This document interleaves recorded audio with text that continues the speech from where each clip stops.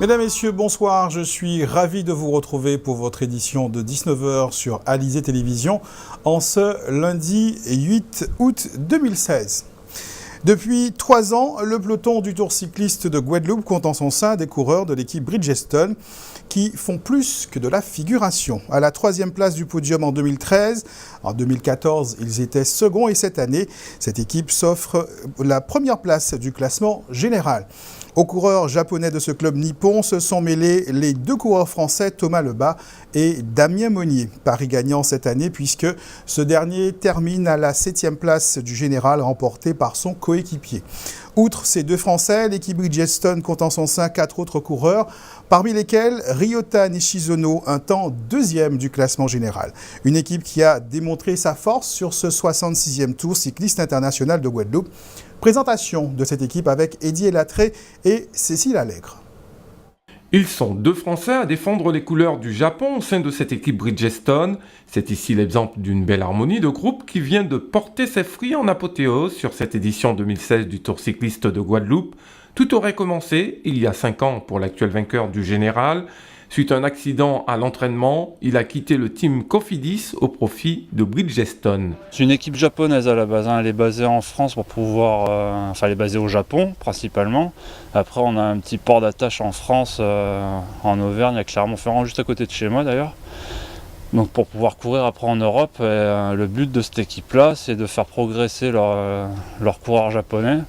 Et donc pour faire progresser leurs coureurs japonais, donc déjà les courses à l'étranger, puis après moi et Thomas qui avons été aussi recrutés pour pouvoir les aider, leur donner de l'expérience, notre savoir-faire, et les aider à courir au plus haut niveau, quoi. Juste avant le Tour de Guadeloupe, on était en préparation au Portugal, on a eu une course là-bas, où on avait 3 étapes, un contre-la-montre au mois de juillet, c'était à peu près 2 semaines avant le Tour de Guadeloupe, donc c'est sûr que c'était une bonne prépa. Ces professionnels du vélo placés dans la catégorie continentale, même s'ils proviennent de milieux différents, avaient jusqu'ici obtenu des résultats honorables. Dans le vélo, c'est un petit peu bizarre, c'est-à-dire qu'on habite chacun, moi j'habite à Aix-en-Provence, eux ils sont à Clermont-Ferrand, là ils vont rentrer au Japon, donc on s'entraîne chacun de notre côté et on se retrouve sur les compétitions, mais comme pour toutes les équipes cyclistes professionnelles, quoi. C'est une belle expérience, ça permet de voir autre chose de ce qui se fait un petit peu en France, où il y a des équipes où il n'y a que des coureurs français, ou comme ça, non, c'est une belle expérience. Ouais.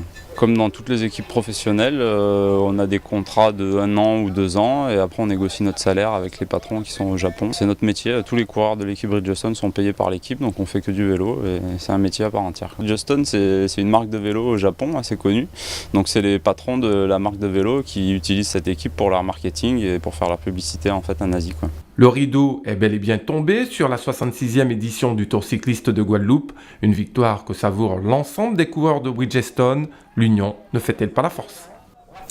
Les élections consulaires à la Chambre de commerce et de l'industrie des îles de Guadeloupe se dérouleront du 20 octobre au 2 novembre de cette année. Une élection qui doit permettre de désigner les représentants des chefs d'entreprise de l'archipel au sein de cette institution qui est en charge des formalités de création mais aussi de transmission ou encore de formation des entreprises de l'archipel. Comment s'organisent ces élections en Guadeloupe? Élément de réponse avec Muriel Barlagne. Les élections de la CCI se dérouleront du 20 octobre au 2 novembre 2016. Elles concernent les commerçants, les chefs d'entreprise individuels et leurs conjoints collaborateurs, ainsi que les représentants de sociétés commerciales par la forme et des établissements publics industriels et commerciaux. En France, cela représente 2 millions d'électeurs. Ces derniers s'apprêtent à élire d'un côté les membres du bureau de leur chambre de commerce et d'industrie, et de l'autre, les délégués consulaires. Ces représentants seront à choisir parmi des chefs d'entreprise et des cadres dirigeants du commerce, de l'industrie et des services. Ils seront élus pour une durée de 5 ans. Ce vote se déroule par correspondance. Les listes électorales sont à déposer à la préfecture en septembre. On sait d'ores et déjà que les organisations patronales en ont constitué une, sous le nom de Guadeloupe économique. Elle est soutenue par Colette Coury, la présidente sortante qui ne se représente pas. Seule la FTPE, la Fédération des très petites entreprises, n'en fait pas partie. Le challenge est de taille. Il s'agira de proposer un programme qui tienne compte de la baisse significative des recettes de la CCI.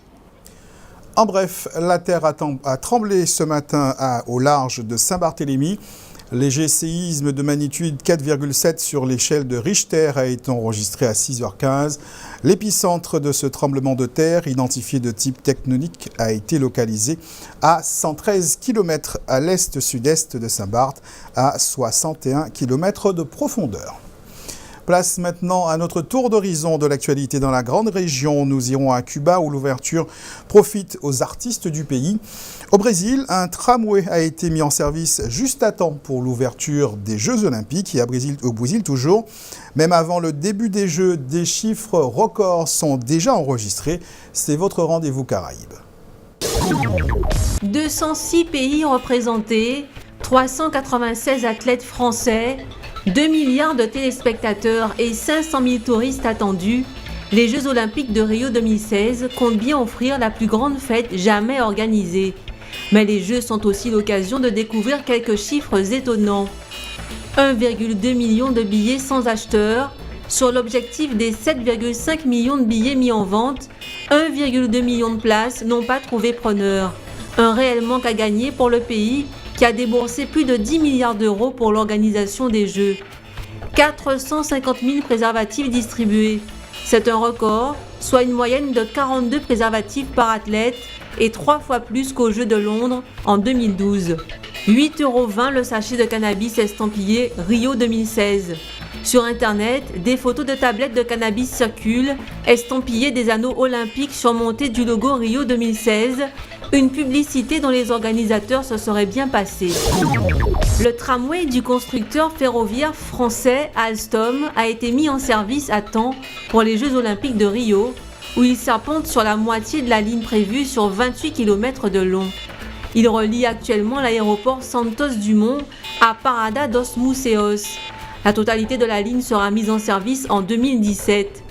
19 rames du Citadis, le modèle phare du constructeur français, circulent désormais sur les 32 commandées. Climatisées, chacune peut embarquer jusqu'à 420 passagers et transporter jusqu'à 300 000 personnes par jour. Alstom avait remporté l'appel d'offres du tramway de Rio en 2013 pour un contrat d'environ 230 millions d'euros. Rio est l'une des premières villes au monde à avoir adopté le tramway dès 1875, d'abord avec une traction hippomobile tirée par des chevaux, puis à l'électricité en 1896. Cette nouvelle ligne, appelée VLT Carioca, vient s'ajouter aux 2 lignes historiques qui sillonnaient déjà le centre-ville. Depuis sa réconciliation avec les États-Unis en décembre 2014, Cuba est à la mode. La promesse d'ouverture économique a déjà changé le paysage de la capitale. Rêvant de nouveaux acheteurs, les jeunes créateurs ouvrent leurs ateliers, des particuliers organisent des accrochages dans leurs salons, contournant la tutelle de l'État qui pour l'instant les laisse faire. Les artistes plus établis, qui n'intéressaient que des collectionneurs avertis, voient débarquer dans leurs studios des touristes avides de souvenirs culturels. Un grand nombre d'espaces d'exposition privés ont ainsi surgi à La Havane, qui ont transformé la ville en un grand showroom artistique. À découvrir. Certains Guadeloupéens choisissent le début du mois d'août pour s'offrir des vacances à l'extérieur, mais beaucoup ne partent pas l'esprit tranquille en ces temps où les cambriolages se multiplient. Comment profiter sereinement de ces vacances sans avoir à l'esprit la question de la sécurité de son habitation? La réponse est simple, prévenez les gendarmes ou les policiers de votre absence. Depuis quelques années, les forces de l'ordre ont mis en place l'opération Tranquillité Vacances, qui vous assure que votre propriété sera sous bonne garde durant votre absence. Reportage sur la réalité de ce dispositif avec Muriel Barlagne. Allez à la gendarmerie ou à la police avant que le mal ne soit fait. C'est ce que propose l'opération Tranquillité Vacances. Mis en place en France dès 1974, ce dispositif permet de faire appel aux forces de l'ordre pour faire surveiller sa résidence en cas d'absence. Réservée au mois de juillet et août au départ, l'opération a été élargie depuis 2009 à toute période d'absence prolongée. Pour en bénéficier, il suffit de se rendre à la gendarmerie ou à la police de sa commune. Nous, on a un logiciel qui nous permet de répertorier ces absences, de prendre les coordonnées des propriétaires. Et à ce moment-là, comme on les a identifiées, ça nous permet après, à nous, dans nos services, de pouvoir aller contrôler qu'il n'y ait pas de trace d'effraction. Et s'il y a une trace d'effraction, comme on a les coordonnées de la personne, donc on l'avisera très rapidement de façon à ce qu'elle puisse être présente pour constater avec nous le vol s'il y a lieu. Voilà, c'est une démarche qui est très très simple et qui dure très peu de temps, 5 minutes, 10 minutes, pas plus. À Baie-Mahault, police municipale et gendarmerie ont allié leurs forces pour lutter contre la délinquance, notamment faire reculer le nombre de cambriolages. Depuis 2013, des patrouilles mixtes sont organisées au moins 3 fois par jour. Un gendarme et un policier municipal partent sillonner les zones pavillonnaires avec une liste de villas à visiter, entrant dans le cadre de l'opération Tranquillité Vacances. Ce matin, ils se rendent dans une résidence à la Jaille. Ils mènent une véritable mission de proximité. Il ne s'agit pas de simplement passer devant les maisons. On essaye de rentrer, faire le tour, voir vraiment s'il y a quelque chose ou pas qui cloche à l'intérieur. Avant de rentrer, on regarde avant autour, on regarde les barrières, les portes, on regarde au loin quand même. Ensuite, on escalade lorsque c'est possible, comme m'a dit notre collègue. Et après, on vérifie, comme on l'a fait à l'instant. On vérifie également s'il n'y a pas une voiture, s'il n'y a pas quelqu'un quand même, parce que la personne peut revenir sans nous prévenir. Donc on fait un petit tour pour ne pas rentrer dans l'intimité des gens. Ces agents peuvent aussi être amenés à interroger des voisins ou à appeler des proches des propriétaires. La mobilisation de tous aide à éviter le cambriolage, qui a plus de chances de se produire lorsque l'on s'absente sans prendre de mesures. À partir du moment où les volets et les accès sont fermés sur une durée de plusieurs jours ou plusieurs semaines, bien sûr, ça appelle certaines personnes qui ont des intentions, comme je disais tout à l'heure, un petit peu maladroites, d'occuper ou de rentrer par effraction dans ces résidences. Donc pour nous, il est important de pouvoir qu'on nous les signale et de façon à ce que nos surveillances se fassent d'une façon objective et qu'on puisse aller au bon endroit et au bon moment. Ça serait dommage de se passer de ce concept. L'opération Tranquillité Vacances ne semble pourtant pas encore entrer dans les mœurs des Guadeloupéens. Si certains sont des habitués du dispositif, ils restent peu nombreux à l'actionner. En 2015, 346 fiches ont été traitées par les services de la gendarmerie en Guadeloupe. Pourtant, les patrouilles préventives ont fait leurs preuves. À Baie-Mahault, le nombre de cambriolages a diminué de 20% en un an. Nous terminons cette édition à la découverte du concept Kalakaswe proposé au Mémorial Act à Pointe-à-Pitre, une invitation à redécouvrir les rythmes traditionnels du Gros-Cas, initié notamment par le musicien François Ladrézo. Muriel Barline s'est rendue à l'un des rendez-vous animés par le danseur et chorégraphe Mathieu Plantier. Reportage.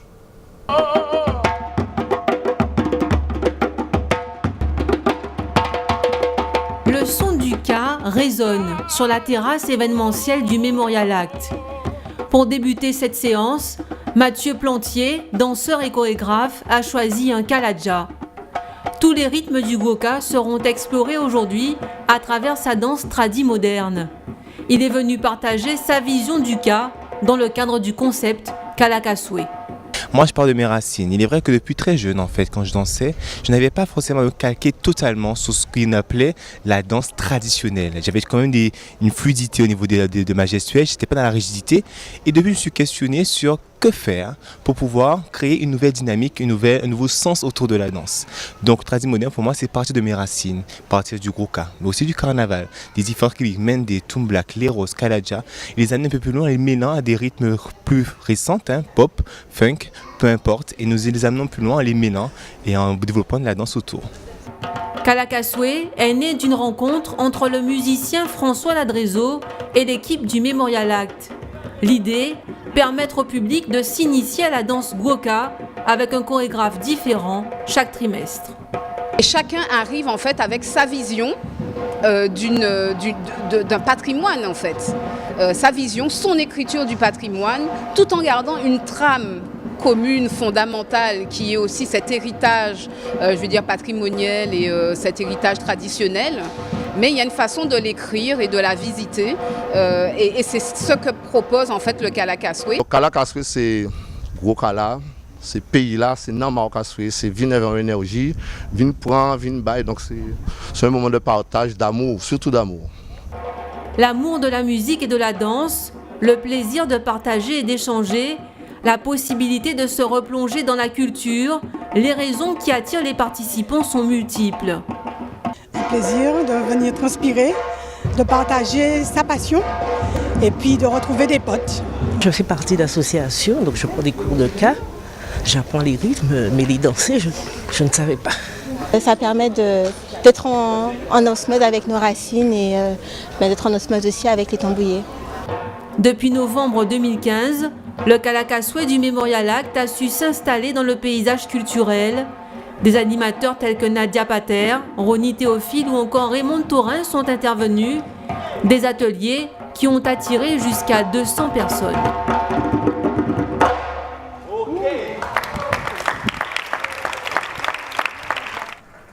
C'est donc en rythme que nous terminons cette édition sur Alizé Télévision, mais avant un point sur la météo pour ce soir et demain. Le beau temps se maintient sur la presque totalité des communes de l'archipel de Guadeloupe, hormis Marie-Galante et la Désirade qui pourraient connaître quelques averses ce soir.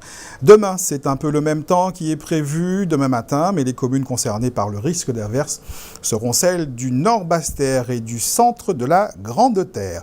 Côté qualité de l'air, l'indice Atmo prévu pour demain est de 4 pour une bonne qualité de l'air selon Guader. Dans un instant, la Minute Sport d'Éric Pommier, juste après les informations nationales et internationales, suivi du magazine Enquête exclusive. Passez une excellente soirée sur Alizé Télévision. Je vous donne rendez-vous demain 12h30 pour un nouveau point sur l'actualité locale et régionale.